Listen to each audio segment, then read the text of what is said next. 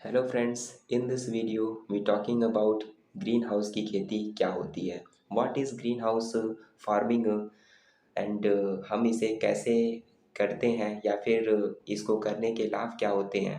तो अगर बात करें ग्रीन हाउस फार्मिंग की, तो green house farming is structure covered with transparent material such as glass, polythene and plastic etc.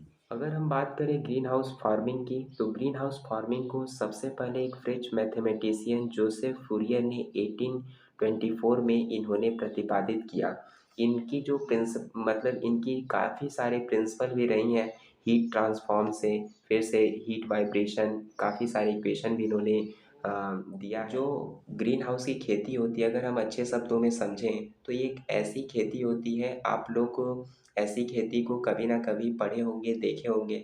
Generally जो पोल्ट्री फार्म होता है, मुर्गे फार्म जो होते हैं, उसमें जो ऊपर का रूफ होता है, अगर हम ऊपर का जो रूफ होता है उसको हटा के वहाँ पे अगर हम कांच लगा दें या फिर प्लास्टिक लगा दें, तो वो हम लोगों का चेंज हो जाता है ग्रीन हाउस फार्मिंग में। आप स्क्रीन पे देख सकते हैं। अब आपके अब आपके जिस्म में ये सवाल उठ रहा होगा कि ऐसा हम क्यों करते हैं। जनरली हम ऐसा इसलिए करते हैं क्योंकि जो ऊपर से जो सन के जो रे होती हैं और जो जो किरणें और रेडिएशन होते हैं, वो हम लोगों की उसके अंदर आती हैं, जो ग्रीन हाउस हम बनाए होते हैं, और शीशे या फिर प्लास्टिक से हो करके वो पौधों पर आकर के गिरती हैं। तो वो जो किरणें कि जो किरण होती है या फिर जो रेडिएशन होता है, वो उसमें आ करके एकत्रित होती हैं।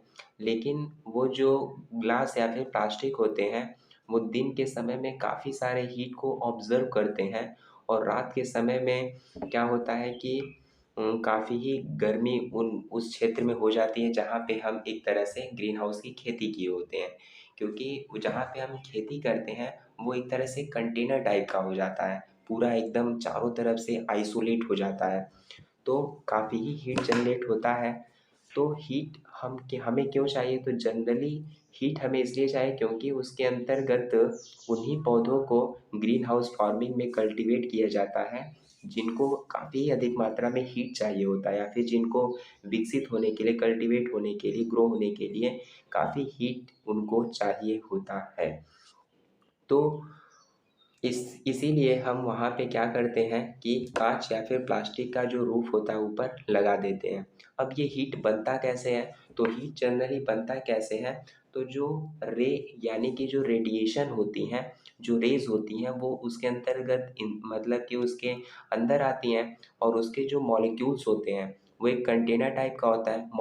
मॉलिक्यूल्स जो होते हैं, वो आपस में ही काफ़ी घर्षण करते हैं, वाइब्रेट करते हैं, और एक दूसरे से टकराने के कारण हम जानते हैं कि हमारे वायुमंडल में कई प्रकार की गैसें हैं, जैसे में CO2 है, ऑक्सीजन है, आर्गन है, हीलियम है।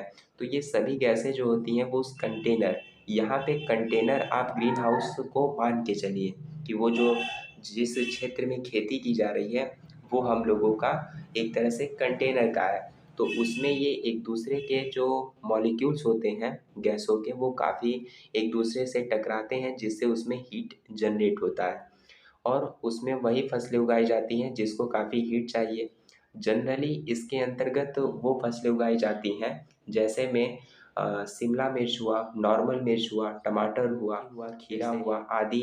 इन सभी चीज़ों की जो फसलें होती हैं, वो की बात करें, ये जो ग्रीन हाउस की खेती है, ये सबसे अधिक की जाती है जनरली यूरोपियंस कंट्री में, क्योंकि यूरोपियंस कंट्री में, यूरोपीय देशों में काफ़ी अधिक मात्रा में ठंडी पड़ती है, और वहाँ के लोगों के लिए सबसे बड़ी समस्या यही हो जाती है कि हम कैसे खेती करें, क्योंकि हम जानते हैं कि जो ठंडी होती है, वो फसलों के लिए काफ़ी ही नुकसान साबित होती है। जो ठंडी हुए, जो ठंडा हुआ, ओला हुआ, ये सब फसलों को पूरी तरह से डिस्ट्रॉय कर देते हैं।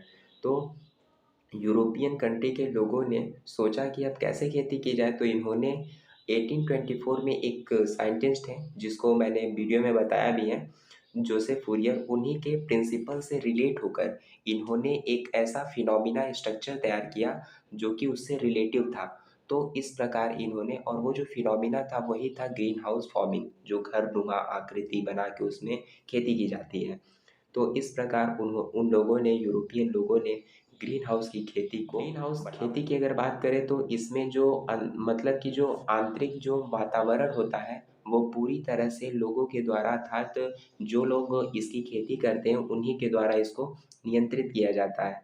यानी कि जो अंदर जो टेम्परेचर होता है, जो तापमान होता है, ह्यूमिडिटी यानी आर्द्रता होती है, फिर से जो एयर यानी कि वायु जो होता है, ये सभी लोगों के द्वारा जिस मात्रा में फसलों को चाहिए होता है उसी मात्रा में उनको दिया जाता है। जैसे अगर हीट काफ़ी अधिक मात्रा में चाहिए हमें, मतलब ज़्यादा हीट हो गया है तो काँच खोल देते हैं, पूरी हीट जो होती है वो बाहर लिबरेट हो जाती है। और तो इस तरह का फिनोमिना अपनाया जाता है, क्योंकि सभी की सभी जो फसलें होती हैं वो उनके मन के अनुसार ही उनको एनवायरनमेंट मिल रहा होता है कल्टीवेट होने के लिए, इसीलिए उनकी गुणवत्ता काफ़ी ही अच्छी मात्रा में निकलती है। तो अब हम देखने वाले हैं कि what is the benefit of the green house farming, ये ग्रीन हाउस फार्मिंग से क्या क्या बेनिफिट्स होते हैं। तो आइए एक एक करके हम देखते हैं।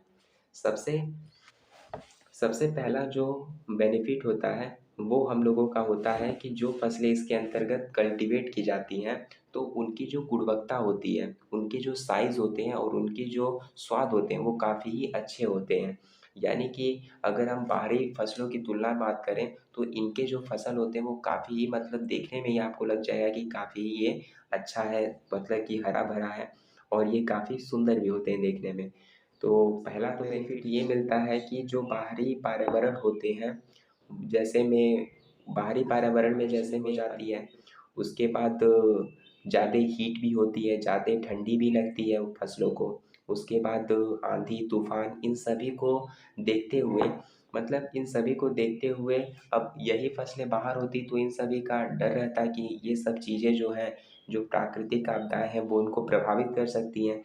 लेकिन होता क्या है कि जब हम एक कंटेनर, यहाँ पे भी कंटेनर उसी को फिनोमिना को मान के चलिए, लेकिन जो फसलें होती हैं वो एक कंटेनर के अंतर्गत होती हैं, पूरी तरह से पैक्ड होती हैं, तो इसीलिए फसलों को कोई भी नुकसान अधिक मात्रा में नहीं दिखाई देता है। इसलिए ये जो फसलें होती हैं वो काफ़ी अधिक मात्रा में उत्पादन भी अपना, तो ये थे ग्रीन हाउस फार्मिंग के फ़ायदे। आप भी देख सकते हैं कि कितने फ़ायदे होते हैं ग्रीन हाउस फार्मिंग के। अगर हम सबसे अधिक बात करें ग्रीन हाउस खेती की, तो ग्रीन हाउस फार्मिंग जो है वो सबसे अधिक नीदरलैंड में की जाती है, क्योंकि हम जानते हैं कि नीदरलैंड भी एक यूरोपियन कंट्री है, वहाँ पे भी अधिक मात्रा में इसकी खेती जो होती है वो की जाती है। अगर हम बात करें 1995 के कुछ डाटा की, यानी कि कुछ आंकड़ों की, तो आप देख सकते हैं कि कैसे नीदरलैंड जो है वो पहले स्थान पर है और वही भारत की अगर बात करें, इंडिया की, तो वो एकदम सबसे नीचे यानी कि 10वें स्थान पे है। यानी कि केवल 1995 के तहत केवल 100 हेक्टेयर खेती ही इसकी भारत में की जाती थी। लेकिन अगर हम अब बात करें, यानी कि 2020 में एक आंकड़ा आया था, तो उसमें लगभग 70,000 हेक्टेयर, यानी कि जो वहाँ पे 100 हेक्टेयर की खेती की जाती थी 1995 में, वहीं 2020 में 70,000 हेक्टेयर की खेती की जा रही है आज भारत में। और अब तो 4 सालों में और भी इन्हेंसमेंट ज़रूरी ग्रीन हाउस खेती की अगर बात करें तो इसमें एक और चीज़ निकल के आती है कि कुछ बेसिक चीज़ें अगर आप करना चाहते हैं तो आपको बेसिक चीज़ें आपके पास होनी ही चाहिए। तो ग्रीन हाउस की खेती के लिए सबसे पहले लोहे की आवश्यकता पड़ती है, एल्युमिनियम की आवश्यकता पड़ती है, उसके बाद ड्रिप इरिगेशन पाइप की आवश्यकता पड़ती है, रस्सियों की आवश्यकता पड़ती है और काफ़ी ही अधिक मात्रा में आपको पौधों, फिर से उनके लिए कीटनाशक दवाइयों की भी आवश्यकता पड़ती है। यहाँ पे एक चीज़ें ध्यान रखिएगा कि यहाँ पे जो कीटनाशक कीड़े होते हैं वो कम ही मात्रा में आते हैं बाहर की अपेक्षा। तो इसमें यहाँ पे भी एक अच्छा बेनिफिट मिलता है, ज़्यादा चिंता नहीं रहती है किसानों को कि ये सब करना पड़ेगा। लेकिन भारत में ये जो खेती है ये काफ़ी ही महंगी खेती होती है। अब आप देख सकते हैं कि इसमें मज़दूरों की अभी आवश्यकता पड़ती है। भाई, साफ-सफाई के लिए काँच होंगे, उन काँचों की सफाई के लिए जो प्लास्टिक होंगे, उनके प्लास्टिक हम लोग लगाते हैं, हाँ, होता है जो चेंज होता है वो भी महीने-महीने पर होता रहता है। फिर से अगर हम काँच की बात करें तो काँच और प्लास्टिक दोनों 2 प्रकार की रूफ़ इसमें आती हैं। तो जो काँच वाली होती है it is better than plastic, क्योंकि जो प्लास्टिक होती है वो आंधी तूफ़ान के समय ये फट भी सकती है, लेकिन काँच जो होता है वो उसकी तुलना में काफ़ी ही हार्ड, इसलिए ये जो है काँच वाला वो काफ़ी ही अच्छा फ्रेंड्स, होता है। मुझे लगता है कि आप लोगों को ये सारे जो डाउट हैं वो क्लियर हो गए होंगे कि ग्रीन हाउस क्या होती है, ग्रीन हाउस की खेती क्या होती है।